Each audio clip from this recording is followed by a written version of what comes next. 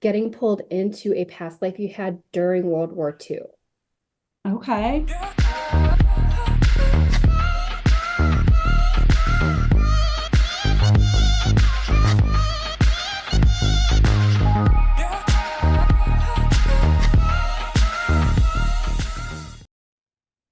I put together some clips from an intuitive coaching session that I did that includes some past life healing.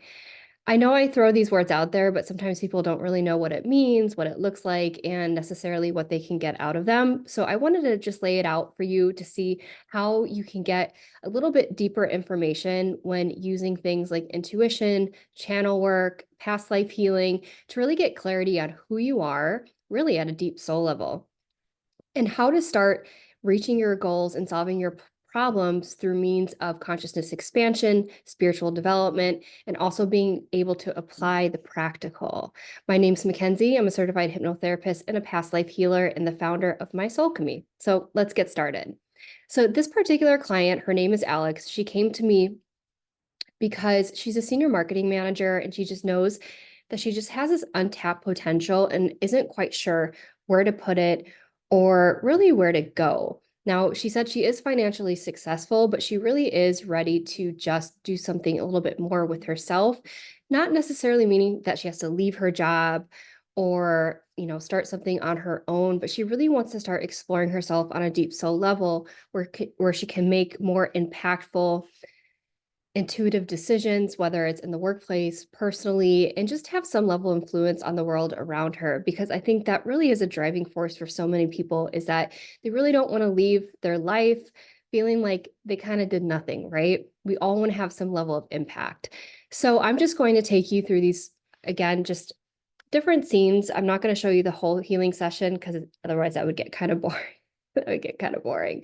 But this will be a really, really good opportunity for you to see how you can really up level where you're currently at professionally and apply some of these outside of the box type coaching modalities to, like I said, get you from A to Z. So here we go. Because that was actually the big theme that, and actually, I'm gonna have to share my computer sound. There we go. Coming up for you was uh, not necessarily transitioning out of the masculine, but being able to incorporate and integrate the feminine side to create more of a harmonious balance for you in the workplace. Because I was asking, like, well, what's the missing piece here? And they're like, it's just a rejection of feminine. Yeah. But I mean, maybe I need to learn So I do all the channel work ahead of time. And I work specifically with my highest guides and angels, my spirit guides, and I work then also through the higher self of whatever client is on my calendar. And they just basically feed me the information. So it's not something I'm just like randomly coming up with, just so you know. what that looks like and try to mirror that until I feel it because I feel like sometimes I'm more feminine in my personal life rather than my professional life because you got to be on top of your shit and know exactly what you're talking about at any given moment. Um it just feels like a lot of pressure and I don't know how to incorporate that feminine into so I don't come off as lazy or aloof. And that's a terrible thing to say. That is not what I think about the feminine energy. But, what does that look like? Okay, well, I have your answer for that because that's literally what I'm going to. Perfect. Yeah, it was kind of funny. That was exactly what got laid out for me and how to conduct this specific session. But I do find it interesting that the whole masculine and feminine topic came up because I do think there's a lot of women specifically that do struggle with, well, how specifically do I assert my feminine energy in a workplace when it feels like the workplace right now is so masculine dominated? So you'll see the specific response that Spirit had to that in some upcoming. Okay, good. All right. So we'll go into that. Are you just kind of disconnected from what that driving piece is for you, or are you trying to find Yes, I feel very disconnected and I don't know. I feel like I'm a very intuitive person, And anytime, I'm also very self-aware. So anytime something feels off, I notice it. And Good. for the past few months, I've been noticing it. I don't know if it's just disconnection, not just like that small, but just disconnection, or if it is an actual like branching of somewhere else that like spirit or energy is telling me I need to go somewhere else, and I just don't know what that is. Okay. Okay, so let's get into it. So usually how my sessions start is I'm always provided a animal totem. So Mhm. I Okay. I don't direct this, spirit does. Okay. So they were giving me a hummingbird. And Okay. I don't know if this is true or not, but do they change colors? I have no idea. My hummingbird knowledge, I love them. I think they're so cute, but my knowledge is zero. Yes, same. But um, what the message was that, they can kind of change colors in their environment and they Mhm. create harmony in an environment. So she acts like a peacemaker and can camouflage her way through life like a steady stream of water. That's spooky. Sorry, I'm taking notes too. Why is that spooky? Because so I'm a Pisces rising, a Pisces moon, and a Cancer sun. So my big three is all water. And I saw this video the other day that was like, I identify with Pisces a lot because of like the intuitive, but like also, very moldable, very, I can talk to anyone about anything. And my husband tells me all the time that I'm very disarming just because, saying things like, do you mind if I vape? Or just by being my authentic self, even though I'm not molding, I feel like empathy drives me to like fit into the person that I'm talking to Hmm. like make them like me or make them connect with me. You Right. know what I mean? But like I'm not thinking, like I'm not strategizing it. It just happens.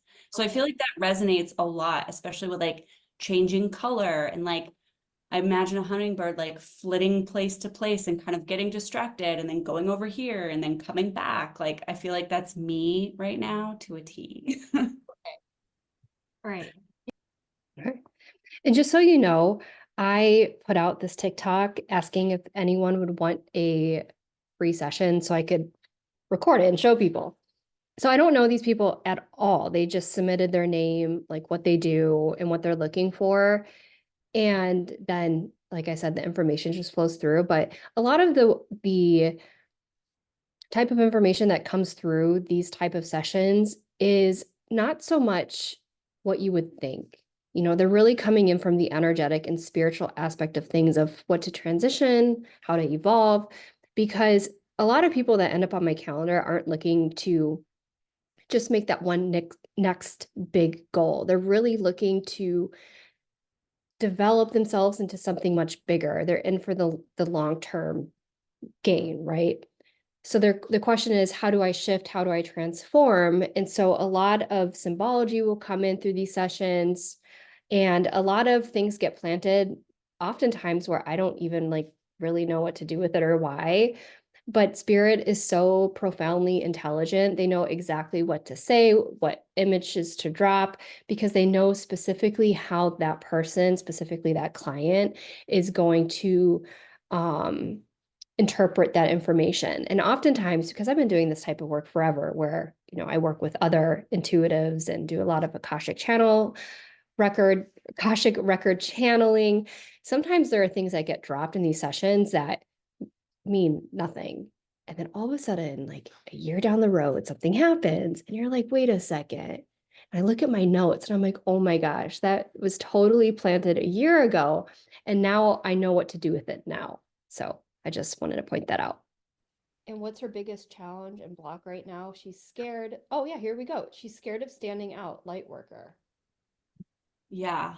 I actually did um a guided meditation not too long ago with Keisha the priestess, who's also on TikTok. I adore her. I've gotten a few readings from her. And through this guided meditation, I got the download to like take up space, which Oh. is terrifying. Like just take up space. And I also don't know how that fits because to me, that's more masculine, Mhm. right? Like that's more striving and like being in the spotlight, but you have to do things to get in the spotlight. I don't know. It's very like conflicting. Yeah, but there's feminine energetic ways to sort of implement that, which we will get into that in the practical of sort of pulling the stuff in. Okay. Uh, but some of this actually okay, so what you're experiencing right now is okay, so I'm about to go into a past life, but real quick, a lot of us really are being pushed to move past specific fears and limitations that we hold basically within our mind. Um, that are centered around not wanting to be seen because we're so deeply wired, excuse me, we're so deeply wired to not want to be seen because it's a way for us to fit in because we don't want to be banished. So now we're starting to move into a consciousness where we want to tap back into that unlimited abundance. And if we're continuing to hide ourselves, we're not going to get in alignment with that. So, that comes with putting ourselves out there, and that can be very scary. Getting pulled into a past life you had during World War II. Okay. You were living in Paris at the time. You were pretty well to do, and your occupation was caretaker, so like mom and whatnot. Hmm. I could see you up on a balcony, and it seems like you guys had a really, really nice apartment, which is fun for me because I just see a lot of not really cool stuff like that. So I'm like, oh wow, that's Oh, okay. And I I have such a feel like emotional connection to Paris. It's insane. oh, really? See, Yeah. I love Paris. I do too. I just got back 2 weeks ago, or from 2 weeks in Paris over Christmas and New Year's. It was amazing. Oh, really? Okay. Yeah. Well, that's because you're kind of living a rich life. And that. Okay. This is just for fun, a little side fact slash theory that I have because it's really odd in a lot of my past life healing sessions. I've noticed that some of these lifetimes that come up where they're in a specific geographic location, I can't begin to tell you how many of my clients will be like, oh, I was just there. Like I was just in, Timbuktu, wherever, or I was just in South America. And I swear it's like we intuitively know and are drawn specifically to geographic locations where there's either some unfinished business, such as some karmic balancing that needs to get done, or it's like that timeline that gets opened into these different past lives is open. And so there just becomes that natural draw to want to go physically to that geographical location. So I'm not surprised that this is the lifetime that needed to be cleared. And she's like, oh, I just got back from Paris. So the theme of that life was compassion. So this is what's going to come up for you as the tool to start bringing in that feminine aspect of self within the workplace. So what was happening and what's kind of holding you back now is that there was a lot of witnessing of unethical wartime behavior. So Mhm. specifically you and your family, I asked, you guys were not targets or anything like that. I asked if you lost a home, you didn't lose a home. But there were times that you witnessed the arrests of Jewish people, and it was sorry, it comes in so fast sometimes I can't read my own writing, but it comes in. Yeah. No, So, that's so you were witnessing the arrest of these Jewish people, but you were so afraid for your own safety that you didn't intervene, which mm, obviously, like, why you would not have been, you would be arrested for that, right? right. This felt helpless and demoralizing. She could feel the pain of those people, and it was something that's always stuck with you. So it kind of felt like this is one of those things that kind of leaves a stain on a soul level. Like that's Mm. how negative the experience of this was. And it's best to not be seen. So okay, so it left you with this paradigm and belief system that it's best not to be seen so I can make the change that is needed. So you feel like you kind of have to camouflage yourself into situations in order to truly inspire and make change. But now we're sort of going to like flip the script a little bit. And Okay. even though it's used a little like, well, masculine or whatnot, but it's because you're leaning into the masculine as a form of hindering yourself because that's not where your superpower is. You know, it just occurred to me, you know, it's very interesting. I told you I do the channel work ahead of time, and she just said that she was meditating and she had that intuitive drop of take up space, right? So she needed to be seen. And here I am talking about, well, what's holding her back? This past life experience where the paradigm was created, the belief system was created that in order for me to make the change that is necessary, it's best to, however I said it, you know, best to not be seen. So that really kind of hits the nail on the head. That's awesome. In the feminine. Right. Okay. So now we're going to make a little bit of a change. And then don't let me forget, I do need to clear, you have 5 timelines plugged into that lifetime, meaning just like this specific things playing out in 5 timelines, 5 karmic chakras, and you've got some portals in the DNA open as well. Okay. Okay. Man, I can't the chances that you were just in Paris.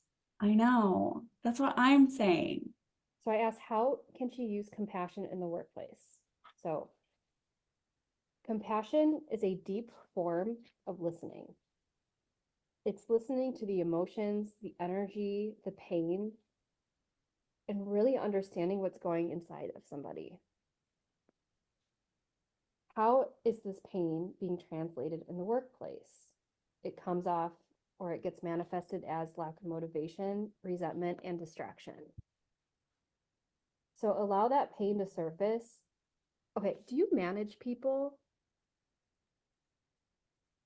or have a big My team? cat was making sounds. Do I manage people? No, not directly. I manage myself mostly. I have a tendency to make friends with my managers and then kind of just do my own thing because I don't really like to be managed. Me neither. Yeah, like I know what to do and I can hit the ground running. Like just give me a sentence, I'm off. You know what I mean?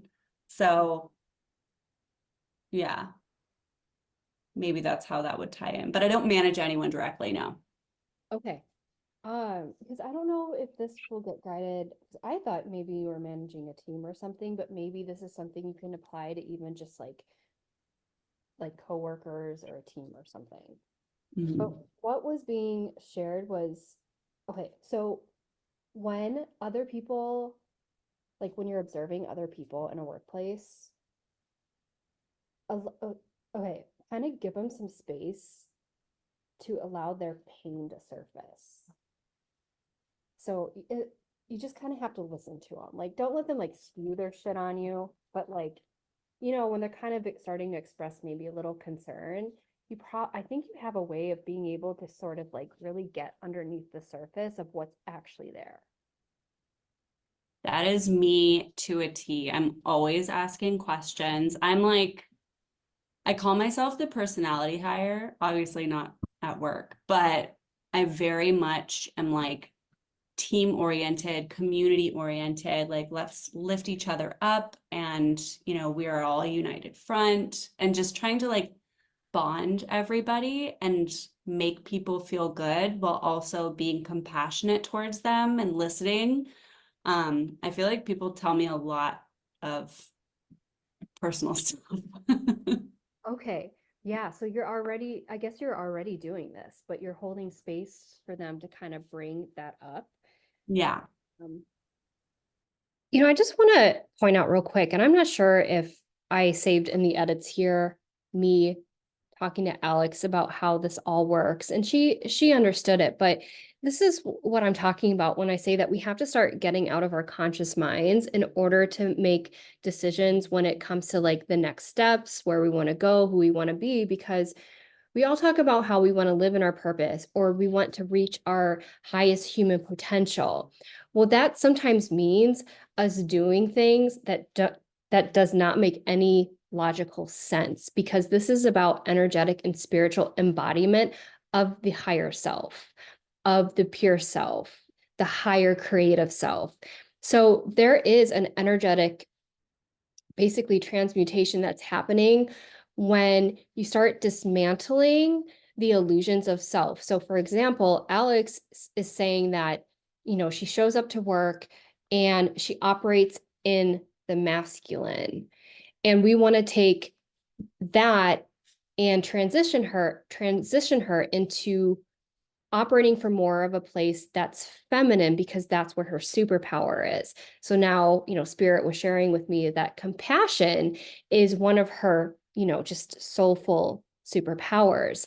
Now, if she's looking to, she did mention to me she would love to make more money and just feel like this more purposeful role, but she's not sure if it's going to be at this work or somewhere else. And honestly, it doesn't matter. This is about her embodying herself, bringing in that skill set of being hyper compassionate towards other people, because that in itself is her expanding her consciousness, expanding her energetic vehicle, then to be able to not only attain visions and intuitive downloads of, higher timelines, higher creative source wisdom, but then to be able to actually manifest that into the physical, and then to be able to hold it and sustain it. So this is the type of work that you want to be doing, is again implementing that spiritual side of self to be able to basically allow yourself to effortlessly, obviously that comes with certain standards of moving your life forward and towards your goals and stuff. Okay, so allow that pain to surface and then guide it into a new direction. This is what her leadership looks like. Don't be afraid to go there. Ask the question, what is it you really want? Mm, What is okay. it you want? Then put them into a position in which gives them the opportunity to express that. And I think this is really, really good advice. So if there's anyone that is managing other people, this right here would be an excellent invitation for you to sort of like flip the script too, because oftentimes I think managers feel like they have to tell people what to do, tell their team what to do. And I'm not saying not to do that. Obviously, they need structure and need to know what their tasks are. But oftentimes when this specific dissatisfaction and lack of motivation starts to permeate a team, an office, a business, whatever that might be, ultimately what's happening is that that person is feeling like their own greatness isn't getting expressed. Their essence, their voice is not being valued in the workplace. And if you're able to really get underneath what it is that people want, and then leveraging whatever that is and implementing it into the workplace, into their role, or maybe even shifting their responsibilities a little bit, then that's where people really get motivated and then they enjoy working where they are. So asking just the simple question like Spirit shared with me is, what do you really want? So I think we could probably dissect this a little bit. So let me Right. read it again. Okay. Okay. How Okay, I'm going to start from the beginning. Yeah. Compassion is a big trait of Alexs. How can she, and so I asked, how can she use compassion in the workplace? Compassion is a deep form of listening. It's listening to the emotions, the energy, the pain, and really understanding what's going on inside of somebody. And how does that pain get translated in the workplace? Lack of motivation, resentment, and distraction. So, the So that's energetic. me feeling resentment and distraction when I'm not focused on compassion.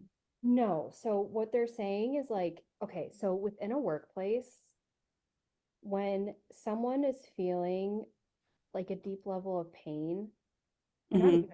a little bit of pain of something that's like not getting expressed within the workplace, or like a frustration or whatever's going on with them.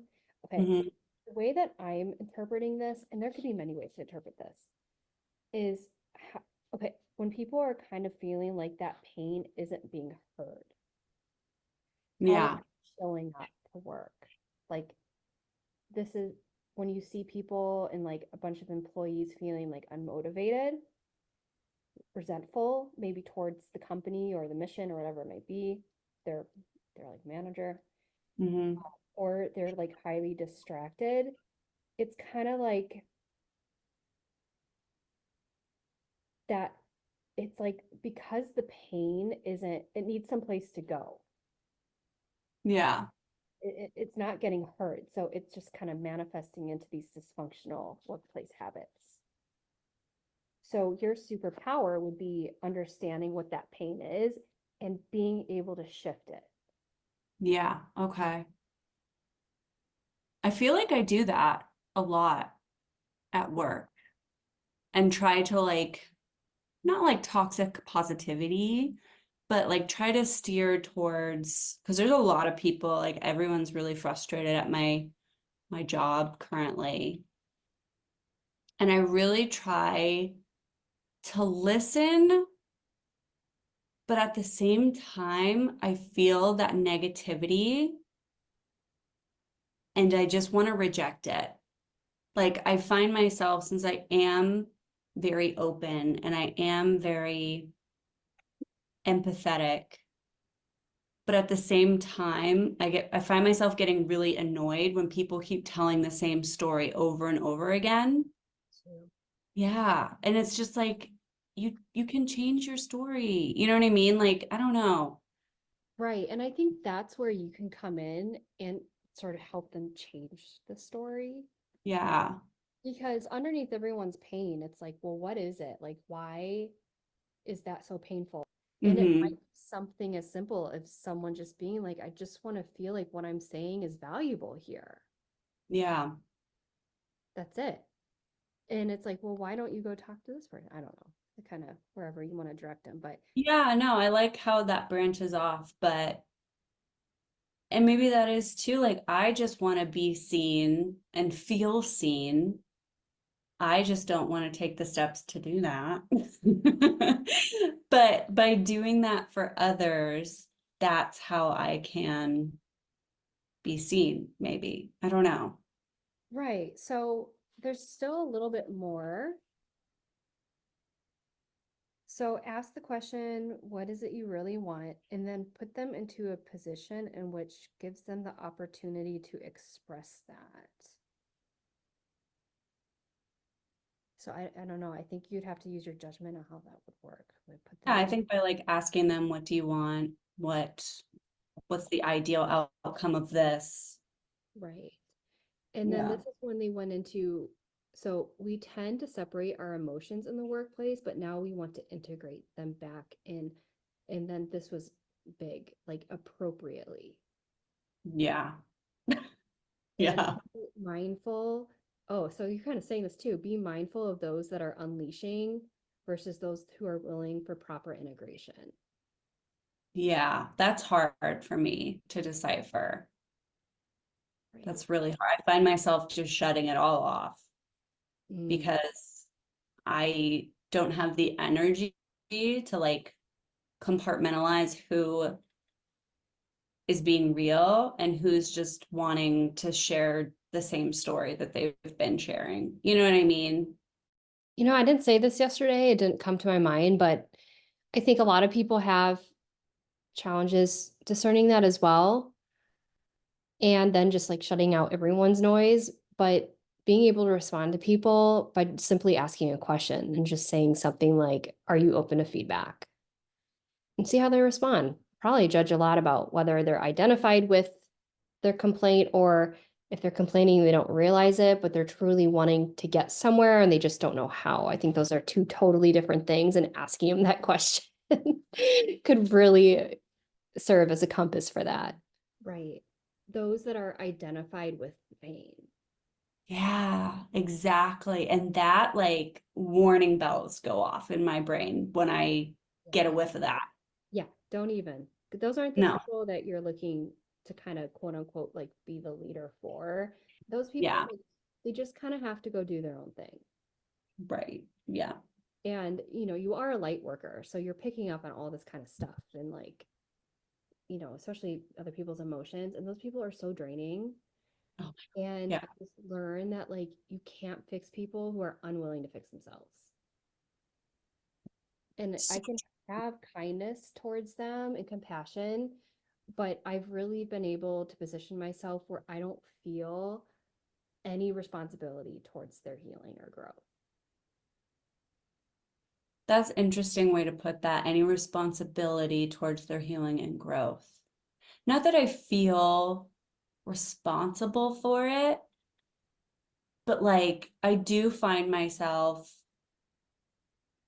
I'm thinking of one particular person at work that just is always complaining, is always like just pushing the narrative that they're so busy and so overwhelmed when we all are, but it's how you show up to it. And just like having a good talk with them and feeling like, oh, maybe I got through to them. And then the next time it's the same thing. And I'm just like, not that I take responsibility, but I'm just like, why did I spend my time there? Like Oh, what? My time is so valuable. It's my most precious resource. Hello. right. Yeah. Just they need to go. They're not welcome in anymore. Yeah, 100%. Those boundaries. Um, I think we're all much more capable of energetically setting our boundaries than we're even aware of because Totally. when I was first on TikTok, I wasn't really doing well with like the hate comments and the negativity. Mhm. And so I started doing some Akashic work. And one of the things that was recommended to me by Spirit was like putting light around my TikTok. Yeah, And every time I post, set the intention of who it goes to. And ever since I started doing that, like I rarely get negativity on my TikTok at all. that's And I'm like, "Really?" awesome. Because the boundaries are set. So like Yeah. put light around you and what's your boundary? Oh my God. I just had a moment where I'm like, okay, oh, sorry, my cat. Love it. Like, the algorithm, like an algorithm, like is energy is just one big algorithm. And Mhm. like, just like on TikTok, when you kind of like watch one spiritual video, now you're getting 10 spiritual videos in Right. one day after just watching one. And then if you watch those 10, tomorrow you get 20 or whatever. Mhm. That's such a manifestation. Like that's literally like where your energy, where you focus and where your energy goes is also where your energy flows. So it's like, I don't know, setting that intentional energetic thing and then receiving your intention. I think that's really cool. Sorry, just had a moment. Yeah. Yeah. And just being super focused on that and like what you're willing to sort of put up with, what you're there for. Because I can't take other people's emotional garbage either. Like I joke, Right. I'm like, I have enough of my own. Like I don't Yeah. I don't Right. need. I'm trying to sift through my own self. I can't be sifting through yours too. Yeah, right. You can't. So I think this was really good advice from them in terms of like really kind of coming back into your own because the final message was safety. So feeling safe again to express herself, emotions, and feelings, and integrating that side back into her awareness. So there are some parts of her that she's forgotten, but that's part of the journey is rediscovering it and putting it all back together. Okay, so generating safety. Sorry, can you repeat that? Sure. So the final message comes down to safety because this was also right after, remember the past life where it was like you're sort of like if you were to have in that situation done exactly what you had wanted to do because you could feel the pain of these people, like you would grab their hand and take them out of that situation, right? But like, Right, but it was unsafe to do so. right. But now Yeah. feeling safety to kind of bring back in and outwardly express compassion and feelings and emotions and not feel like everything has to stay inside. And that also means for you giving space to people around you to kind of being able to safely express what it is they really want to feel. And so, like, avoid the already complainers Mm-hmm. But you know when people are hurting. Yeah. You know that. And then you can ask them kind of some probing questions like, what's going on? Like, how are you feeling? Like, well, what is it that you want? And sort of kind of probing that inside of people will kind of help you come back into that sort of divine leadership that you're looking for. Because Okay. ultimately, when you become that sort of whole energetic vessel again, that's when we start creating experiences from a more expanded state of awareness, an expanded state of consciousness, and we get ourselves into higher attractor patterns. Yeah. Yeah. So, so even though it seems like, oh, it's kind of floofy, we're talking about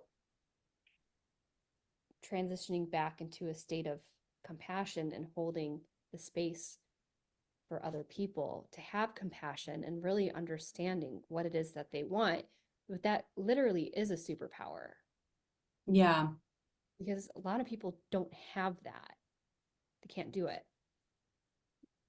That's really interesting. And thank you for saying a lot of people don't have that and can't do it. I think another thing that I struggle with is I just feel like, oh, I can do it, so everybody can. You know what I mean? Or like, this isn't things that come naturally to me, like connecting with others, sharing my compassion, listening, asking follow-up questions, like helping them to feel heard. Mm-hmm. I just feel like that's normal. You know what I mean? Right, But right. that's a good distinction of like, no, that's pretty fucking rad. Yeah, That's a cool thing to have. yeah. It's funny how blind we are to our own skill sets and qualities Yeah. because they feel so natural, which is how they should feel, that we Right. don't even realize that that is kind of like our superpower. Hmm. So we always think that something that we have to seek or build, but it's really just something we have to be. Right. Yeah. And we forget, like, because I think I am a lot like you in terms of like I can really see underneath all of it, like what's really happening. Hmm. I'm like, well, how are other people not picking up on that? And it's like, Exactly. And then, someone asks you like, "Oh, what are your strengths?" And I'm like, "What are my strengths?" Because it doesn't feel like I have to flex my muscles. It's more in that feminine energy, like where it's an inner knowing, it's an inner understanding, and then you're just flowing with the situation. There's no control, there's no end result that you're hoping to get to. You're just in the moment and, whatever. That's how I feel, at least. So it doesn't even feel like a strength, it just feels natural. right, right. And then Yeah. it's like we keep like searching for other qualities to go into when really it's just like being ourselves, and kind of using that to draw in what we really want to draw in and create better experience for ourselves because then it becomes that vibrational match. Hmm. It's like everything is constantly getting reflected to you. Like, oh, you feel lack of self-esteem. Well, I'm gonna put you in a role that makes you constantly feel like you have no self-esteem and like surround you in a team full of people with no self-esteem. And then it's like, Oh, chaos. yeah. Okay. Okay, so I will leave it at that. Um, I thought there were a lot of really, really good points that came up during the session, and I really hope that was insightful for you to really kind of see how you can start moving towards that, what I call the greatest human potential, and applying consciousness expansion principles to your daily life so you can reach your goal. So thanks for being here, and I will catch you at the next session.